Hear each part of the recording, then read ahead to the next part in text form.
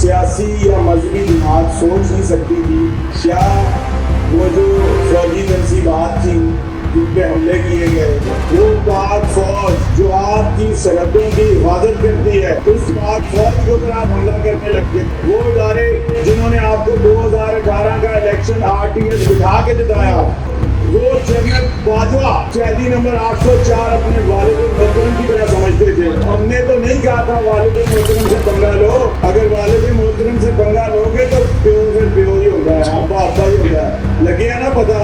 अस्सलाम वालेकुम। पंजाब असम्बली की राहदारियों से मैं मोहसिन बिलाल। मेरी ये कोशिश होती है कि पंजाब असम्बली में जो अवामी इशू हैं वो आप तक पहुँचाए जाएँ, लेकिन बज़ाओक़ात ऐसे मामलात हो जाते हैं कि आपको अपडेट रखना इंतहाई ज़रूरी होता है। तो पंजाब असम्बली का इजलास था थी और अवाम में बात हुई 9 मई की, और अपोजिशन लीडर ने तकरीर की और उसका जवाब देने के लिए मुश्तबा शुजाउर रहमान उठे और उन्होंने जनरल बाजवा और इमरान खान अब्बू दादा के हवाले से बात कर दी कि इनके वालिद थे, अब्बे से पंगा ना चंगा। तो उसके बाद पंजाब असम्बली में हंगामा आराई शुरू हो गई और नौबत इंतहा तक पहुंच गई और ऐसे जुमलों तक पहुंच गई कि जो मुनासिब नहीं है आप तक पहुंचाना। लेकिन जहां से बात शुरू हुई वो आप ज़रा पहले क्लिप सुन लें, फिर मैं अपनी ये बात आगे करता हूँ। अजहर मशवानी के घर आज से 2 दिन पहले सर 2 बंदे, उसका भाई और उसका ब्रदर, टोटली नॉन पॉलिटिकल आदमी है। एक तो वो तदरीस का काम करते हैं, पढ़ाते हैं सर, उनको उठा के ले गए। ये महमूद रशीद को दहशतगर्द है, पेंडिक्स का ऑपरेशन हुआ है, आप इस हाउस के मेंबर है, लीडर ऑफ द ऑपोजिशन रहे सर। देखिए सर ये क्या है, ये 9 मई अंडे बच्चे दे रहा है, मजीद बच्चे जैसे देने शुरू कर दिए। अब नया प्रोग्राम शुरू हो चुका है। कल उन्होंने टीवी चैनल पे चलाया कि इमरान खान को इतनी सहूलत की कोई सहूलत नहीं मानते। इमरान खान को 4 बाय 8 के कमरे में रखा हुआ, हम उस पर भी बात करते हैं, लेकिन बात असल ये है कि हमें सहूलतें नहीं, इंसाफ चाहिए। मैंने हमें बताएं कौन सा इदारा है जो हमारे लोगों को लेकर जा रहा है, हमारे वर्कर्स को लेकर जा रहा है। सर ये तो मजाक है सर, ये इस तरह गुडी नहीं चलेगा कि हमें और कहें और बाहर और कहें। सर बजट सेशन आ रहे हैं, हम ऐसे नहीं चलने देंगे। हम आप एहतजाज की तरफ हमें जानबूझ के धकेला जा रहा है। हम जो चाहते हैं कि हमारे साथ इंसाफ हो, हम बिल्कुल नहीं मानते। 9 मई का जो वाक़या है उसको ये जो मर्जी भी कहें, वो पाकिस्तान की तारीख में एक स्याह बाब की तरह हमेशा याद रखा जाएगा। 9 मई को जो कुछ इस पाकिस्तान में हुआ, वो कभी कोई सियासी या मजहबी जमात सोच नहीं सकती थी कि वो रियासत पे ऐसे कोई जमात हमला कर सकती है। क्या वो जो फौजी तनसीबात थी जिन पे हमले किए गए, क्या वो जो शोहदा की निशानियाँ थी जिस पे हमले किए गए, क्या वो जो कायद-ए-आज़म मोहम्मद अली जिन्ना का घर था, कोर कमांडर लाहौर रहते थे, वो हिंदुस्तान में था जहाँ पे जिस तरह हमला किया गया। आज भी वो फुटेज लोगों के ज़हनों में पूरी तरह से नक्श हैं जो देखी गई और दिखाई गई कि किस तरह वहाँ पे आगे लगाई गई, तोड़ फोड़ की गई। तो इस तरह तो जनाब स्पीकर कोई रियासत कोई मुल्क नहीं चल सकता। अगर आप अपने सबसे सिक्योरिटी फोर्सेस के इदारे, वो पाक फौज जो आपकी सरहदों की हिफाजत करती है, उस पाक फौज के ऊपर आप हमला करने लग जाए। आप अपने उन इदारों के ऊपर हमला करें जो इदारे आपके साथ खड़े रहे, वो इदारे जिन्होंने आपको 2018 का इलेक्शन RTS बिठा के जिताया, वो इदारे जो आपके साथ थे, वो लोग, वो जनरल बाजवा जिसको कैदी नंबर 804 अपने वालिद मोहतरम की तरह समझते थे। तो हमने तो नहीं कहा था वालिद मोहतरम से पंगा लो, अगर वालिद मोहतरम से पंगा लोगे तो प्यो ही होता है, अब्बा ही होता है, लगे है ना पता। तो बात ये है जनाबे वाला कि अब देखें जनाब, देख लें सुने उनसे बात सुने ना। लेकिन जब लीडर ऑफ ऑपोजिशन ने बात की तो फिर किसी ने जवाब नहीं दिया ना। यहाँ से किसी ने इंटरप्ट नहीं किया, तो फिर आप जरा सुने तो सही ना, तसल्ली रखें। नहीं फ्रेम बनता ना सही होता सर। अब तशरीफ तो रखें, लीडर ऑफ ऑपोजिशन बैठे हैं, वो बात करेंगे, जवाब देंगे। आप तशरीफ तो रखें ना, आप इंटरप्ट ना करें ना मिनिस्टर साहब को। तशरीफ रखें, मोहतरम तशरीफ रखें प्लीज। काजी साहब तशरीफ रखें प्लीज। और सर आप तशरीफ तो रखें जी। मियाँ साहब और जनाब स्पीकर बात तशरीफ रखें ना सर। ऑर्डर इन दो। मियाँ साहब प्लीज तशरीफ रखें। जी क्लिप आपने सुने मियाँ मुश्तबा शुजाउर रहमान और अपोजिशन लीडर का। मेरे साथ सीनियर सहाफ़ी पार्लिमानी अमूर के कमर भट्टी मौजूद है। भट्टी साहब, कैदी नंबर 804 के वाली जनरल बाजवा और जनरल बाजवा से पंगा यानी अब्बे से पंगा ना चंगा, ये है मुश्तबा शुजाउर रहमान के रिमार्क्स। और ऊपर से अपोजिशन का ये कहना कि नवाज शरीफ के अब्बा जनरल ज़िया। तो ये पहले भी होता रहे अवान में या इस दफ़ा नई रवायत पड़ी है? नहीं, इस तरह की नोक झोंक जो है वो होती रहती है मौसम, और ये आज भी हुई। और आज आपने देखा कि वो जवाबा गज़ल का एक सिलसिला था। एक तरफ से जब उन्होंने मुश्तबा शुजाउर रहमान ने ये कहा कि अब्बा अब्बा ही होता है और वालिद से पंगा अच्छा नहीं होता, और इनके वालिद लेके आए थे बाजवा 2018 में, तो फिर उन्होंने भी जवाबा गज़ल किया। उन्होंने कहा जी कि इनके रूहानी बाप जो थे वो खुद अपने मुंह से मियां नवाज शरीफ कहते रहे कि जनरल जौलक मेरा रूहानी बाप है। तो फिर जनरल मुशर्रफ के साथ एनोरा तक की बात भी हुई, बाकी बातें भी हुई। तो वो दोनों तरफ से ये संगीन हमले थे। लेकिन आज बात सिर्फ ये है कि आज डिप्टी स्पीकर साहब ने जो मुझे रवैया उनका था कि वो ऐसा लग रहा था कि ये पूरा मौका दे रहे हैं। वो अल्फाज जिनको आमतौर पे हज़फ कर दिया जाता है कि गैर पार्लिमानी करार दे के आज डिप्टी स्पीकर साहब ऐसे मूड में, वो इस वक्त कायम मकाम स्पीकर हैं, तो वो ऐसे मूड में नज़र नहीं आए, बल्कि उन्होंने पूरी जिसको कहते हैं ना बैकअप किया मिनिस्टर्स को भी, हुकूमती बेंचों को भी। अच्छा मुझे ये बताएं, डेफामेशन लॉ भी आ चुके हैं, अभी सिग्नेचर होने हैं, तो अब हम पर तो कोई ये नहीं ना लगेगा डेफामेशन, क्योंकि पार्लिमानी कार्रवाई में जब इस तरह के अल्फाज होते हैं तो हज़फ कर दिए जाते हैं। अब तो रूलिंग भी नहीं आई डिप्टी स्पीकर की जानिब से, तो अब तो हम खुले दिल से कर सकते हैं ना रिपोर्ट। बिल्कुल मोहसिन, देखो जब उसे इस वक्त कायम मकाम स्पीकर ने हज़फ ही नहीं किया और उन्होंने कहा कि ये पार्लिमानी अल्फाज है, कोई गैर पार्लिमानी अल्फाज नहीं, वालिद कौन सा गैर पार्लिमानी, अब्बा कौन सा गैर पार्लिमानी है, तो फिर वो सारा जवाब गज़ल हुआ।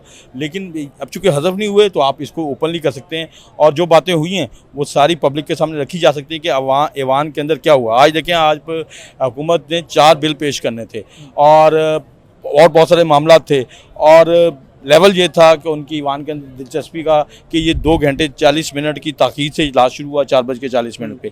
फिर अपोजिशन रहनुमा जो हैं राना आफ्ताब खान ने बड़ा सीरियस नोटिस के ऊपर ये नुक्ता उठाया पॉइंट ऑफ ऑर्डर के ऊपर कि ये इतना ईवान का पैसा ज़ाया होता है, मतलब 4-4 घंटे AC चला रहता है, कोई ईवान की कार्रवाई नहीं शुरू होती, बाकी सारे स्टाफ होता है, इतना भारी अखराजात, और हम टाइम पे नहीं शुरू कर पाते, तो इसके ऊपर बड़ा सीरियस हुआ। फिर उन्होंने यकीन जानी भी कराई कि मंडे को होगा। लेकिन आज जो है मैं सिर्फ ये समझता हूँ कि ये जो नोक झोंक जिसको आप कह रहे हैं बहुत संगीन है, संगीन मैं इसलिए नहीं कहूँगा कि इससे भी ज़्यादा संगीन चलती रही, आपने तो इससे देखी भी है। ज़्यादा संगीन चलती रही।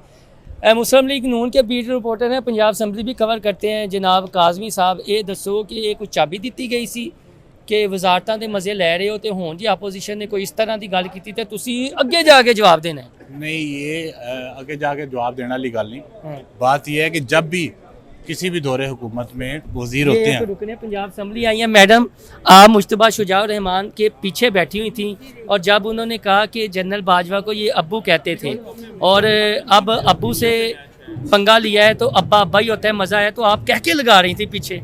जाहिर है हंसने वाली बात ही है ये। तो जब वो अपोजिशन में जो बैठे हुए होते हैं, वो जब हमारे पे तनकीद करते हैं तो जब उनको नहीं पता लगता, अब जब हमारी तरफ से तनकीद होगी तो हम हंसते हैं, फिर क्या लगाते हैं, यही मज़ा आता है ना फिर, क्योंकि मज़ा आता है। ये तो अपोजिशन में बैठ के फिर मज़ा ही आता है ना। उन लोग भी तनकीद इतनी ज़्यादा कर रहे हैं, उनका वैसे काम नहीं बनता है तनकीद तो उन्होंने आगे से नवाज शरीफ के अब्बा जी बना दिए जनरल। हाँ जी, बना दिया। बल्कि इस पर हंसी आई आपको? आई थी, लेकिन इस तरह से इस पे हंसी नहीं आई। लेकिन उनकी जब हो रही थी ना इनसे, उनको सोचना समझना चाहिए कि हम जब बैठे हुए हैं अपोजिशन में, वो भी हमारे भाई हैं, उनको इस तरह की बातें वैसे जेब नहीं देती हैं कि वो नवाज शरीफ पे या मरियम साहिबा के ऊपर। अगर आपने जाने अपने हलके में स्कूलों के विजिट भी करेंगे या घर में, तो अगर कोई बच्चा पूछ ले कि मामा हमने ये सुना था या आंटी हमने ये सुना था कि क्या वाकई जनरल बाजवा इमरान खान के वालिद थे या नवाज शरीफ के वालिद जनरल ज़िया थे, तो फिर आप पार्लियामेंट क्या जवाब देंगे? इस पर भी कहका लगेगा या क्या? बच्चों को भी ये समझ है कि ये सब बातें जो हैं ऑफिशियल बातें हैं, ये ऐसी इसमें कोई सच्चाई नहीं है, कोई बात नहीं है ऐसी। क्योंकि ये जब इसमें आ जाते हैं हम लोग सियासत के अंदर, तो एक दूसरे के ऊपर हम तनकीद ही करते हैं, वो हमारे पे करते हैं और हम उन पे करते हैं। बदल देने अब्बा ही बदल देते हैं, अम्मा भी बदल देते हैं, सब बदल देते हैं। तो तक ही लोगों कहते ने दादे तक नहीं। हाँ जी, कोई बात तो नहीं। आपका किस लाहौर से ही है यहाँ? हाँ जी, मैं लाहौर से हूँ। इसमें ग्रामी क्या है आपका? मेरा इसमें गिरामी है फातिमा बेगम। चलें बहुत शुक्रिया मैडम फातिमा जी। बिल्कुल नून लीग की ए लास्ट ते गल आंदे ने अब्बा नहीं अम्मा मैं और अल्फाज नहीं इस्तेमाल कर सकता। मेरी बात सुने, इस तो ज़्यादा बुरे अल्फाज भी असम्बलियां च इस्तेमाल होए ने जेह्ड़े हज़फ कर दिते जांदे सन। ये हज़फ नहीं किया सुन लो, हज़फ नहीं किया गया। उसकी वजह दूसरी बात यह है कि ना मैं अपोजिशन ना मैं हुकूमत, पर अदम बर्दाश्त जो है ना, अदम बर्दाश्त उसकी एक लहर चल चुकी है 2022 से। 9 मई के बाद से लेके अब तक पुरतशद्दद वाक़यात, चाहे आप 2008 2013 संजीदा गुफ्तगू वाल टुट जाते हो, आवाम ਨੂੰ ਦੱਸੋ ਹੋਣਾ ਚਾਹੀਦਾ ਜਾਂ नहीं होना चाहिए। मैं तो कहना नहीं होना चाहिए, लेकिन जो ਤੁਹਾਡੀ एक फुटी ने अग लाई हुई है किसी दिन फिर ਤੁਹਾਡੇ ਨਾਲ ਗੱਲ ਕਰਾਂਗੇ। पीटीआई के रुकने पंजाब असम्बली हमारे साथ मौजूद है। आप तो खुद फौज में रहे हैं, तो ये जर्नैलों को क्यों बाप बना लेते हैं ब्रिगेडियर साहब? कब तक ये सिलसिला चलता रहेगा? इट्स वेरी अनफॉर्चुनेट, नहीं होना चाहिए। और ख़ास करके पॉलिटिकल लीडरशिप को बिल्कुल ऐसे बयानात, चाहे वो किसी साइड से, वो ऐसे नहीं देना चाहिए। मैं इस पर बड़ा क्लियर हूँ। उसकी वजह यह है कि जब आप अपने आप को डिमोनाइज़ करना शुरू कर देते हैं तो उसके अल्टीमेटली नताइज वही निकलते हैं जो हमारे सामने है इस वक्त। हमें बिल्कुल जो पॉलिटिकल लीडरशिप है, ऑफ कोर्स जो मिलिट्री होती है किसी भी मुल्क की, जो आर्म्ड फोर्सेस हैं, वो बड़ा अहम कंपोनेंट होती हैं स्टेट का और गवर्नमेंट का। उनकी इनपुट बहुत से मामलात के ऊपर बड़ी वाइटल होती है और बड़ी क्रिटिकल होती है और होनी चाहिए, because they are specialist in the subject. और ख़ास करके सिक्योरिटी मैटर्स में प्रॉबली उनकी ओपिनियन की एक बहुत बड़ी वेटेज होती है। लेकिन मैं ये समझता हूँ कि लीड रोल जो है वो हमेशा पॉलिटिकल लीडरशिप को होना चाहिए, लेकिन उसके लिए फिर पॉलिटिकल लीडरशिप, जो लफ्ज़ लीडरशिप है, उसके पूरा उतरे। तो ये कैसे निकलेंगे कि एक कहते हैं जी कि जनरल बाजवा वालिद हैं, दूसरा कहते हैं नहीं हमारे वालिद वो नहीं है, नवाज शरीफ के वालिद जनरल ज़िया हैं। तो ये चीज़ें कल को फिर कोई अदारे की तरफ से इस तरह की कोई प्रेस रिलीज़ आ गई कि आप अदारे को क्यों मुलायन करें, तो फिर हमारे सियासतदान ये कहेंगे कि जी हम पर जो है वो सख्तियाँ की जाती हैं, चीज़ें की जाती हैं। तो मैं समझता हूँ बिल्कुल ये इमेच्योरिटी है पॉलिटिकली, और इस इदारों को और इस तरह की चीज़ों को हमें गैर ज़रूरी डिस्कशन में बिल्कुल नहीं लाना चाहिए। ये जो हमारी रोज़ की एक दूसरे के ख़िलाफ़ पॉलिटिकल लड़ाई होती है, और बिल्कुल उसके ऊपर डिस्कशन नहीं होनी चाहिए, और जिस तरीके से हो रही है मैं इसको बिल्कुल अप्रूव नहीं करता। मुस्लिम लीग ज़िया के रुकने पंजाब असम्बली हमारे साथ मौजूद हैं। वो कहते हैं कि नवाज शरीफ के वालिद जनरल ज़िया, वो आगे कहते हैं कैदी नंबर 804 इमरान खान के वालिद जनरल बाजवा। तो वह कित्थे जा रही है तो की कहोगे पार्लीमेंट दे विच है होना?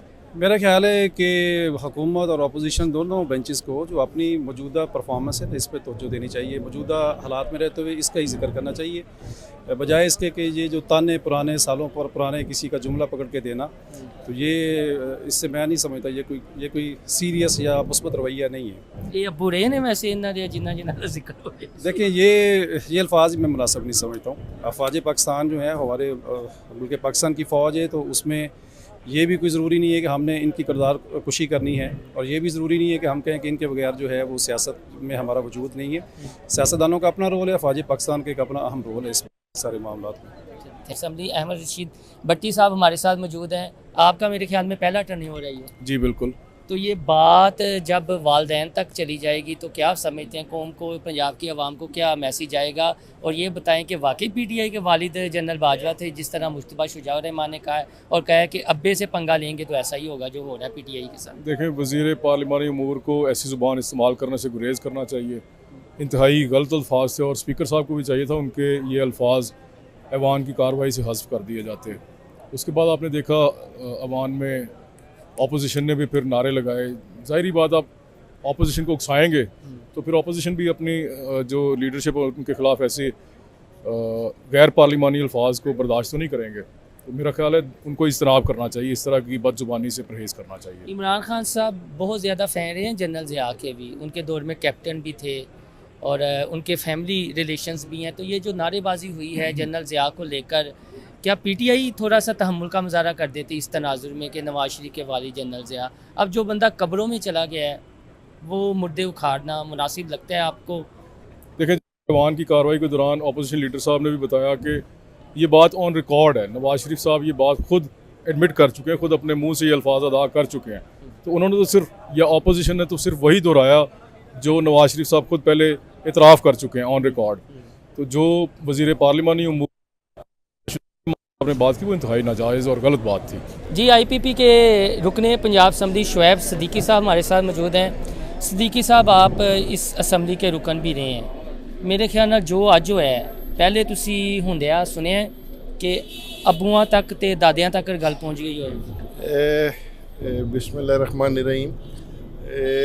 इस पार्लियामेंट की रवायत रही है कि हमेशा जो पार्लिमानी अल्फाज है उसके अंदर जो कि बोला जाता है, और देखेंगे जब अपोजिशन लीडर तकरीर कर रहे थे तो टेररी बेंचेस से तमाम लोग खामोशी से सुन रहे थे जो कि है, और उसके बाद जब उन्होंने बोलना शुरू किया तो एक शोर शराबा नारेबाजी की जो कि मैं समझता हूँ कि काबिल मज़म्मत है, और गैर पार्लिमानी अल्फाज असम्बली के फ़्लोर के ऊपर नहीं बोलने चाहिए।